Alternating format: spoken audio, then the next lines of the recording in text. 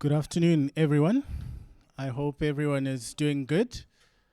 And it's always a challenge when you have to speak after lunch because everyone is full and you have to keep everyone awake. So, my name is Kudzai Kutukwa, and I'm with Looking Glass Education, where we do a lot of Bitcoin based education and courses and all of that just to kind of get people more acquainted with what Bitcoin is, how to actually use it, and we're running programs around the world in terms of educating students, educating even new people that are new to Bitcoin. So my talk of the day today is on lightning-powered parallel economies. And to sort of kickstart things, I always like to start from the beginning. And this was a statement that was in the cryptography mailing list when Satoshi released the Bitcoin white paper, 31 October 2008. And it's really captures the ethos of what he envisioned Bitcoin to be, that it has to be a new electronic cash system that's fully peer-to-peer with no trusted third party. Now, the key words there, which we later see in the white paper, is it's peer-to-peer electronic cash system where there are no third parties or other intermediaries.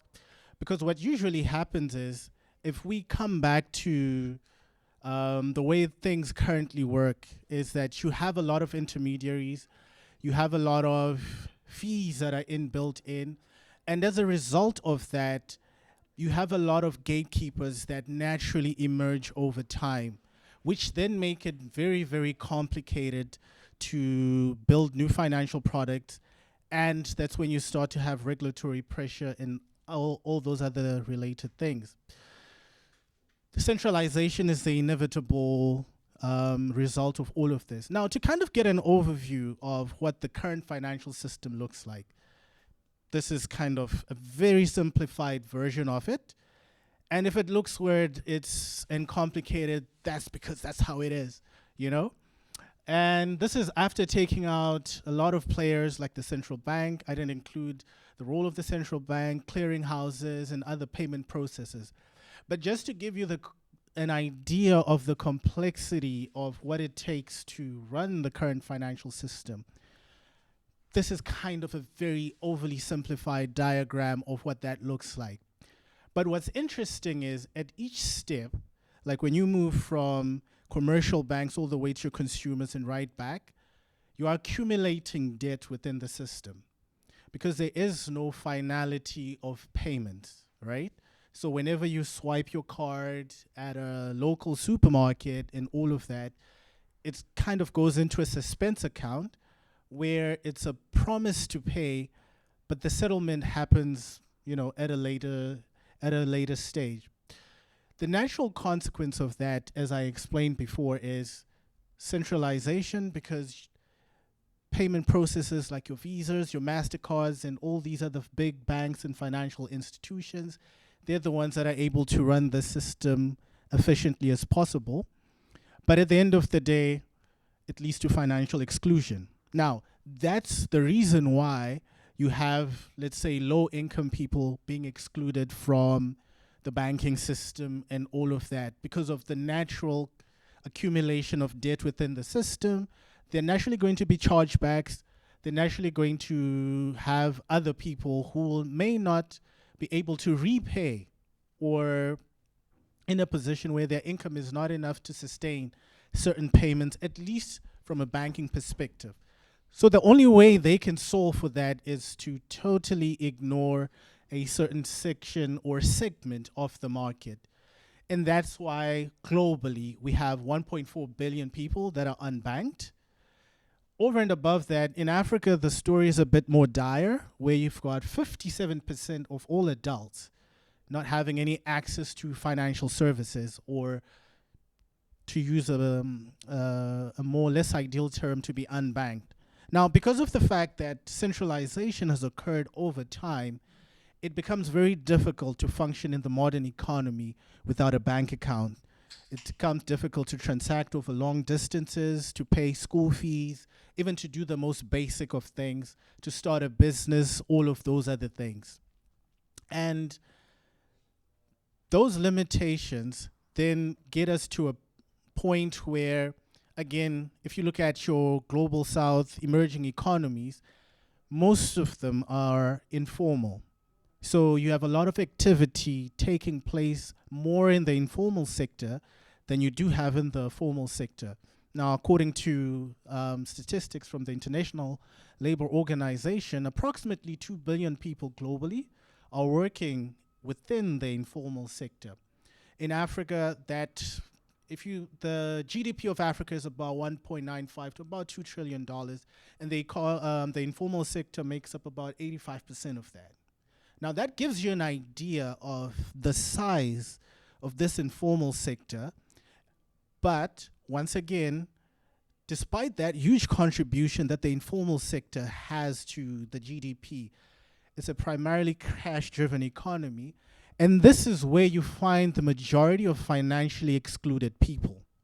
So you can imagine that commerce is taking place on a person-to-person basis, but it's limited. You can't have somebody in South Africa transacting with somebody in Ghana simply because it's cash, and with cash it has to be in person if both of them are currently unbanked. So that creates a lot of friction where inter-Africa trade, for example, becomes limited on that basis because of the current structure of that financial system. So basically what we are doing here is going through a journey of understanding the current system, where the problems are, and how Bitcoin, and particularly the Lightning Network, can then become the grease that moves us from where we are today to actually where we need to be. Now, if you think about the future, digital payments are inevitable. Despite the fact that we still have cash-driven economies and cash-driven transactions still happening, we are moving towards a very much more digital future. COVID kind of showed us what that looks like, because a lot of people were working from home, and because of the fact that you had to have stuff being delivered, you couldn't do things that you would normally do, and you had to rely on digital payments and digital transactions. So the future of currency is definitely digital. However, it looks like you're going to have two potential roads, where one is either going to be the centralized route, where you've got CBDCs and all the problems associated with that, where if you think that the current fiat system has problems, once you look into what CBDCs are promising to bring, it's a very dystopian future, and it's something that none of us I believe, would want to see happen. The other side is you could either have that CBDC future or a future based on like decentralized digital money, aka Bitcoin. So those are kind of at least the way I see it, the two potential roads that over time we're going to sort of go into. And this is something that the Bank of International Settlements also agrees on. Now, this is a graph that shows the motivation why they did a study where they're trying to look at why different central banks around the world are exploring CBDCs. Now, if you look at emerging market economies, the second biggest reason why emerging market economies are thinking about CBDCs, or particularly central banks in this part of the world or the global south, mainly for financial inclusion. Now, what that tells you is who are going to be the targets for CBDCs? The very unbanked people I was talking about. So CBDCs are going to be marketed to them as a solution for financial inclusion. We already start to see that start to happen, particularly in many countries around the world, where they're saying, look, you have this CBDC and you can just easily transact, it's digital, you can do all of these amazing things with it. But we all know the problems associated with CBDCs, which I will highlight a couple of them. One, you've got expiration dates on CBDC balances. You've got currency that exists exclusively in digital form, zero privacy. You never get to touch and feel it because it's living in your mobile wallet or wherever. And each transaction leaves a trackable financial footprint. So that means that the government has eyes on everything that you're doing, every transaction that you're making, everything that you spend on. Or to put it differently, one ledger to rule them all, right? Where everything is sitting on the central bank's ledger, and ultimately you don't have any control. And without that, I can say that at the end of the day, there will be tools for financial enslavement. Now think about, you go to the wrong protest, you post the wrong thing on social media, you hold, your political views are not considered acceptable. It could be anything. In our cancel culture driven world, it's, it's very easy to be on the wrong side of any issue. And in a CBDC world, it's very easy now to get financially canceled. Now, these are the problems and these are some of the issues, and this is why circular economies and what Satoshi talked about during the initial release of the white paper becomes super important, where it's an electronic cash system which allows peer-to-peer payments or peer-to-peer transactions that happen over the internet. So it cuts out the need to have like cash payments, or where the distance factor is eliminated, but without the dystopian factor that CBDCs would introduce. So it's always a good idea to go back to that original vision and understand what is it that we're actually trying to do, what is it that is actually important. Of course, store value and using Bitcoin as a way to hedge against inflation is cool, but at the end of the day, because you've got different central banks around the world exploring how to actually bring CBDCs online, it becomes imperative that we start to think about how to build alternative parallel economies that are based on Bitcoin, where people are spending Bitcoin and they're earning Bitcoin. And you now have a new economy where at the end of the day, you can buy things that are priced in Bitcoin. And that, I believe, becomes a major factor in eliminating, say, some of the friction involved with using centralized exchanges and some of the risks involved with all of that as well. So again, now that brings us to the role of the Lightning Network in all of this. Now, of course, Lightning has technical issues. It's not perfect as a solution yet.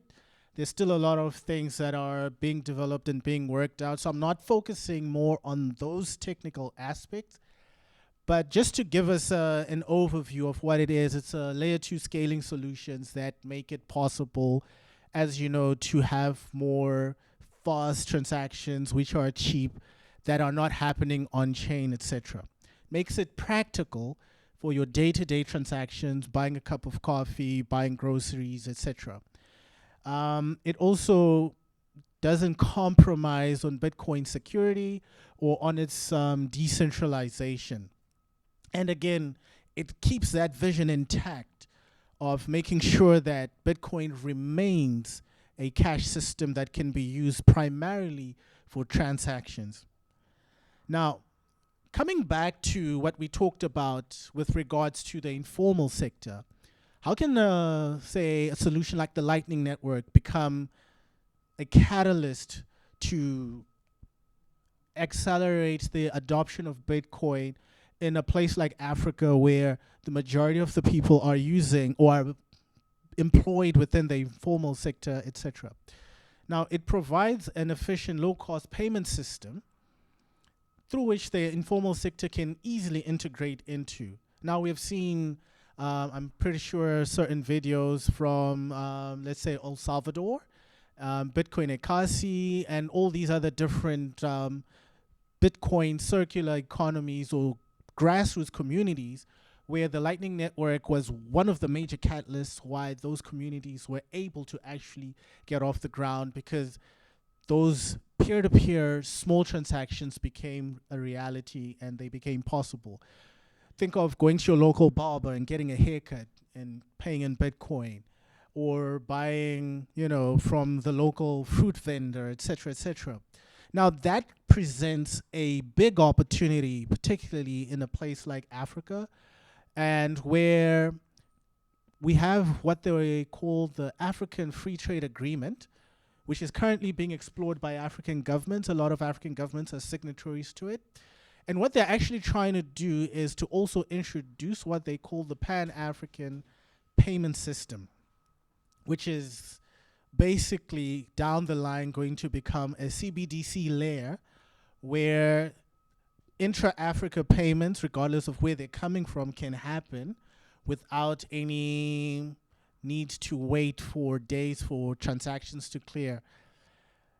And that's why that opportunity is just presenting itself, where the Lightning Network can become an immediate tool through which we can onboard people that are in the informal sector onto the Bitcoin network. Now, what's even more interesting about this is that the informal sector already exists as a parallel economy outside of the normal formal economy, because it's mainly cash driven and it's not relying on necessarily like bank to bank payments or any of that other stuff. So it's a no-brainer in terms of increasing adoption to actually think about building solutions and tools that target, particularly in the global south, those kind of areas, and making it a little bit more user friendly. The yes. What's the sales pitch or the incentive to get the people that are doing the cash payments back and forth, Mm-hmm. get them to switch to Lightning? Like, why would I, as a cash participant, want to use Bitcoin Lightning if the cash is working fine for me? Great question. So with cash, like I explained, one of the incentives, depending on what exactly it is you're selling, obviously the specific solution would vary depending on who you're talking to. But I would say one of the biggest opportunities is, think of somebody who's selling crafts or artworks and so on and so forth. Now they can expand their market beyond just the art person within their local community, where now they can even sell their stuff online and then get immediate payment via Lightning. They may not necessarily need to abandon cash, but then it opens an additional avenue to then increase the size of their market and the people that they can actually sell their products and wares to. So that becomes one way to incentivize that, to actually say, look, you will have a bigger market opportunity by actually onboarding to this. That's one way. The other incentive over time is to kind of get them to, I would say, because they don't have access to any sort of financial services as it exists today, they're limited in what they can do. And access to Bitcoin, as new and new tools come online, they'll be able to then access things like credit, etc., which can then become a way for business expansion, or even getting access to things like insurance and so on and so forth as and when they need. So those would be like Microloans based on Bitcoin. exactly, exactly, yeah. Yes, please. Yeah, I also would like to add, because I saw it in El Salvador, that it brings a lot more convenience with it if you have it like digitally. Mm-hmm. For example, if they have to pay for the electricity bill Mm-hmm. and they don't have a bank account, they usually get like a number on the invoice where they have to pay, or like the reference they need to mention when they do the transfer. So they would have to drive somewhere, do the transfer and so forth. But now they can just use their smartphone, pay directly from their phone, and they save a lot of time by paying for Mm-hmm. basic stuff like electricity, for example. Yeah. Sorry, can I also add to that? Is that so? Yeah. From what I've witnessed, another reason why people would, a good incentive for people to use Bitcoin Lightning or something similar is so I've done a couple of functions in the townships in Kailicha, running a business there, focused on Bitcoin Lightning. And so two big problems that I've heard a lot of people talk about is that most small business owners have come across either forged cash, so fake bills, as well as also theft is a huge thing. So I think that was the biggest incentive that I could get across to most people was theft and forgery. Are they using Mashinkura, or are they using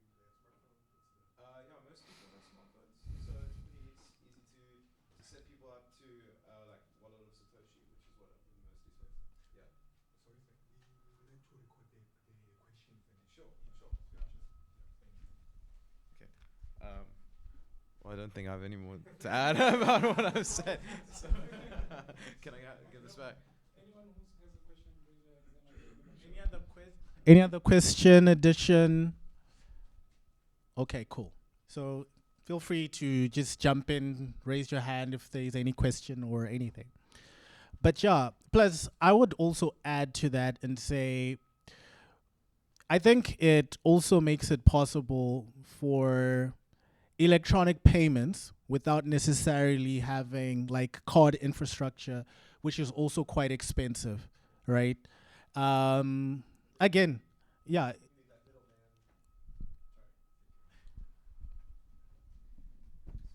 But then, don't you then need that middleman to do the Bitcoin to fiat conversion? Like you have that whoever's doing the pick and pay, you need someone in the middle to do that to pay the bill. Like unless the billers are going to accept Bitcoin, which I don't think is happening anytime soon. Correct? So if I understand that question, you're basically saying that doesn't that necessitate the need of another middleman to come into play who then does, let's say, from Lightning to fiat, or Bitcoin to fiat? Yeah, it does. And I think here we've got, I'm thinking, the Crypto Convert, yeah, which also does that conversion from either Bitcoin to fiat and vice versa. So any other questions before I move on? Okay, cool. Now, as a case study, I decided to just say, let's look at El Salvador. So, of course, there are a lot of issues within El Salvador, but these are just like a couple of them. Where number one, you had 70% of the country being unbanked, remittances making up like a quarter of the country's GDP. But again, as you know, with remittances, you've got gatekeepers like Western Union and so on and so forth. And then that presents two problems. One being fees to send the money from, let's say, where you had a lot of the population working in the US or Canada or wherever. Now, as they send money home, there's lots of friction in terms of, like the fees associated with that. Over and above that, you also had the issue of the fact that you have to travel to the nearest Western Union, which would be quite a distance. And this was a country where crime was a bit on the high side. So now imagine the risk of getting on a bus, going 25, 30 kilometers out, and then you have to carry cash. You could get robbed at any point in time. So those are some of those risks that were inherent with that.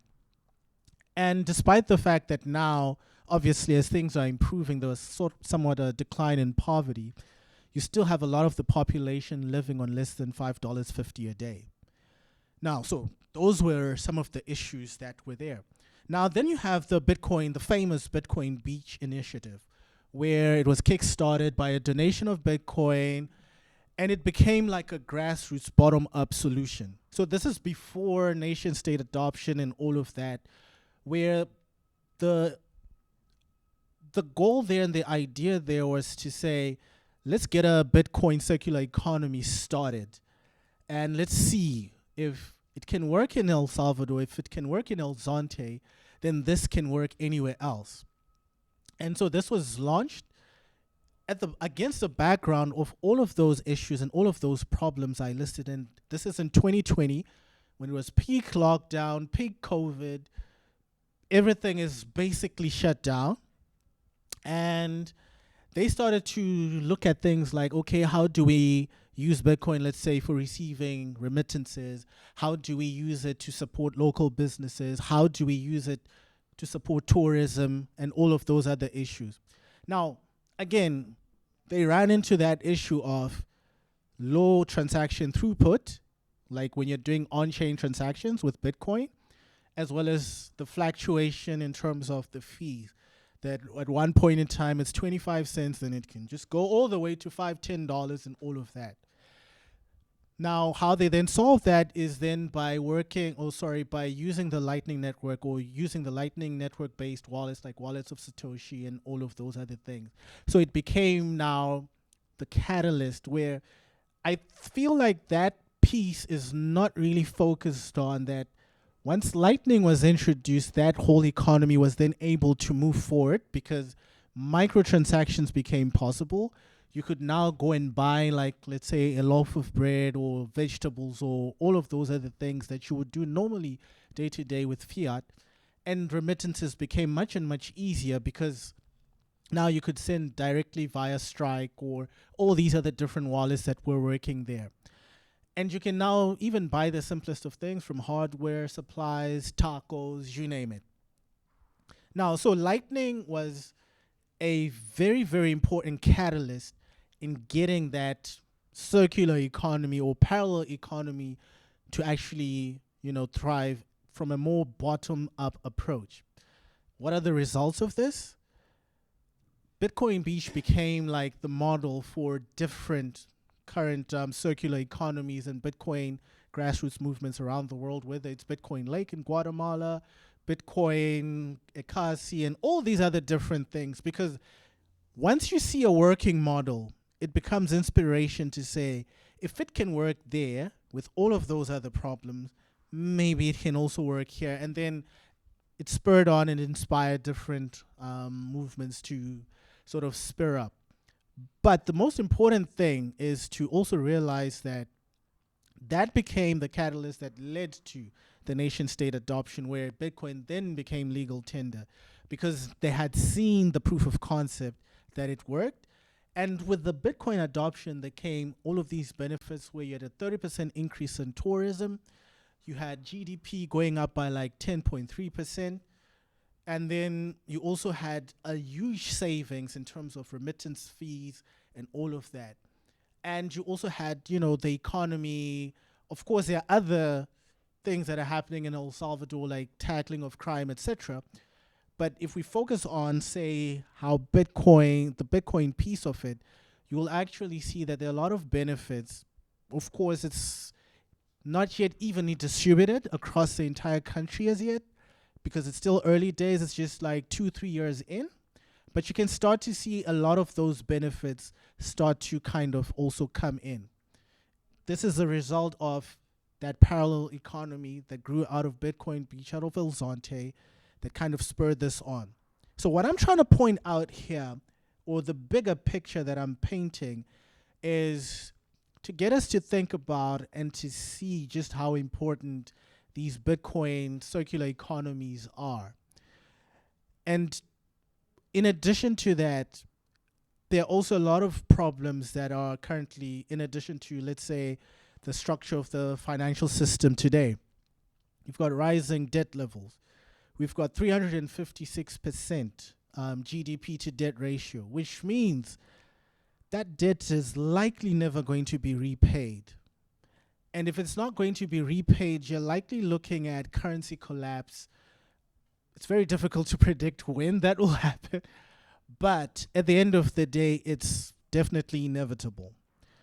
And you also have financial censorship that happens a lot within the fiat system. So what I was talking about with, you go to the wrong protest, we saw this with the truckers in Canada. They're protesting what they're protesting. Next thing, they have their bank accounts shut down, right?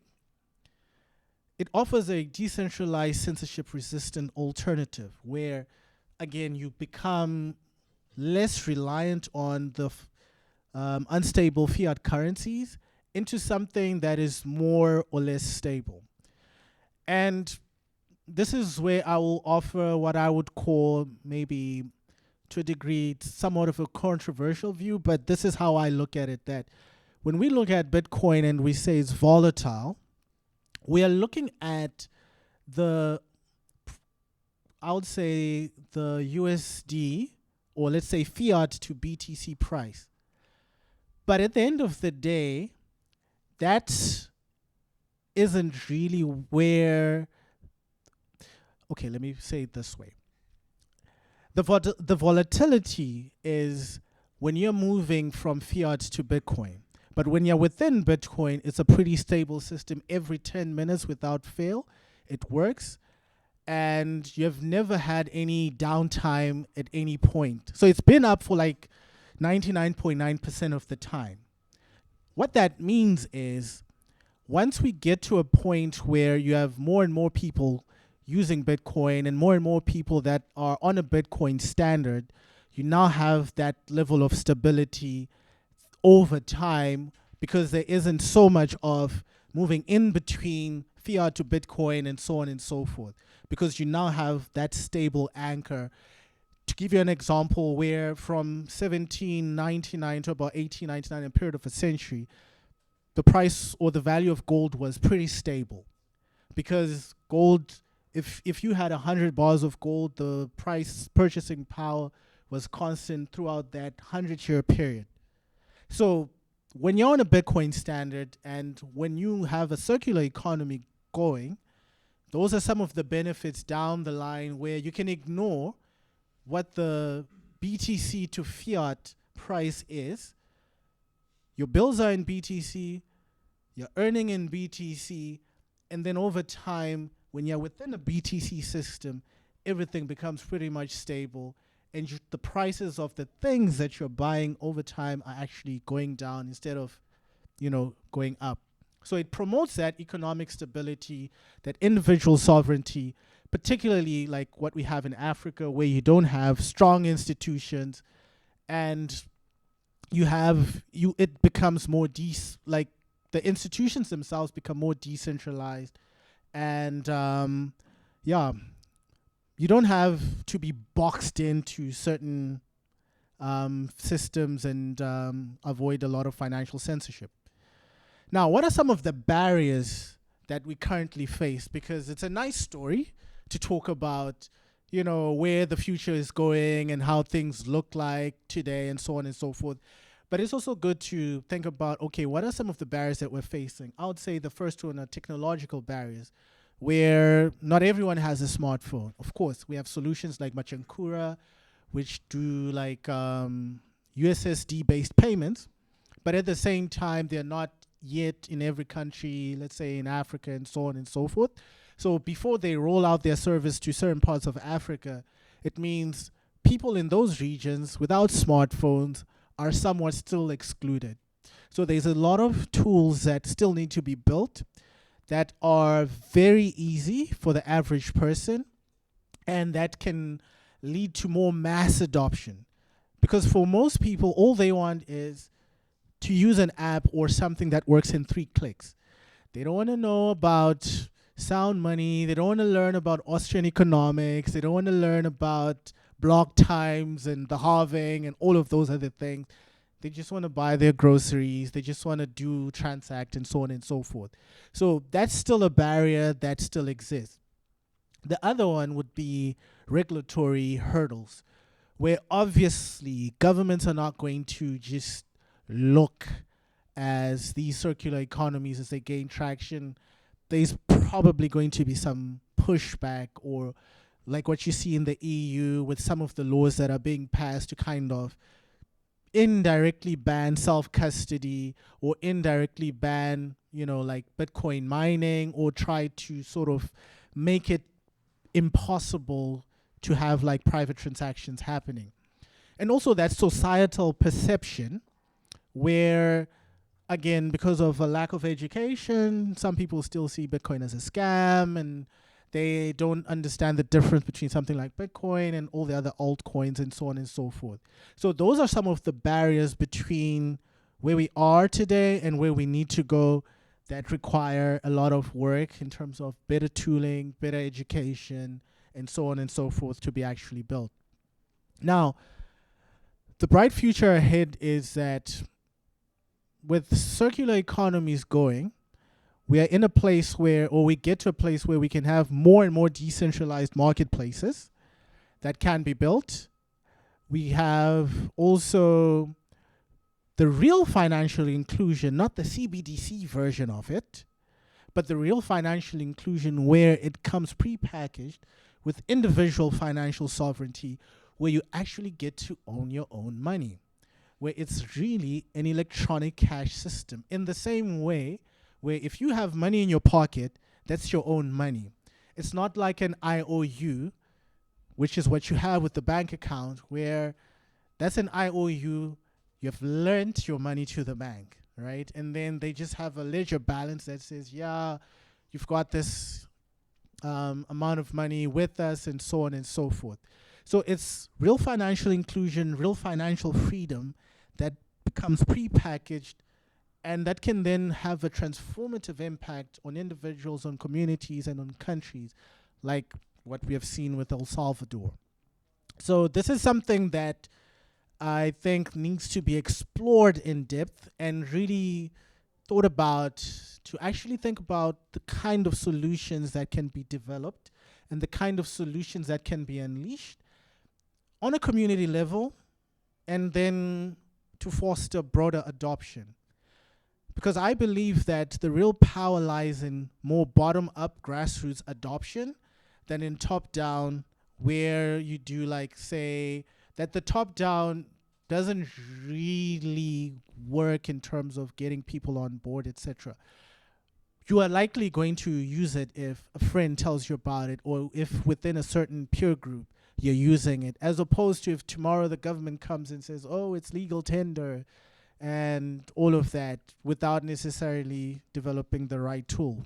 Now, in conclusion, as I said, Looking Glass has a lot of resources. The organization I work with, we do a lot of Bitcoin education. You can find books, courses, and a lot of other things that can help with Bitcoin education. And even if you desire to orange pill or spread the word, there are a lot of resources that are available that you can use. You can find it on lookingglasseducation.com. And thank you very much for taking the time. If there are any additional questions, comments, the floor is open.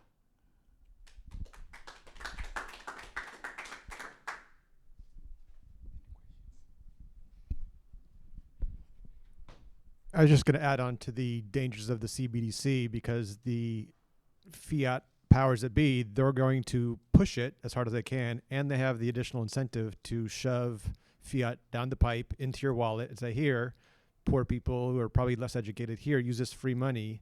And they've got unlimited money on the back end of this fiat. They can just pump it into the wallets, and it's going to be that top-down pressure. It's like, here's free money, go use it.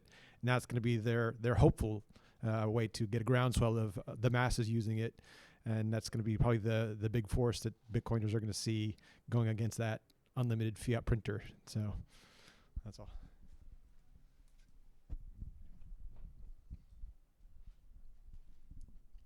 Yeah, I think that's, I guess that's one of the biggest risks that we're currently facing, which is why I would say it's kind of like an arms race, where they are rushing to build all this CBDC infrastructure, and with airdrops and with all this free money, I think it'll be an incentive for a lot of people that will be very difficult to resist, right? That download this wallet, the government will give you 1,000 Rand for free that you can use for groceries and so on and so forth. I don't see a lot of people saying no to that value proposition, right? And the moment that happens, already that footprint has been created. And, or they will do this where they will say, okay, we're doing UBI, or like your social grants as we have in this country. So they'll say, okay, now we're distributing social grants via like a CBDC platform. Now, if you're already receiving those social grants, it's not like you have much of a choice. The grant is coming, CBDC, they'll tell you, oh, it's very convenient, you don't need to wait in line. The risk of it getting stolen is very minimal, etc., etc. The moment that becomes like the major selling point, they will onboard that segment of the economy first and very fast. And then I guess it could get to be more Orwellian as you move up the ladder. Yeah. Any other questions, comments?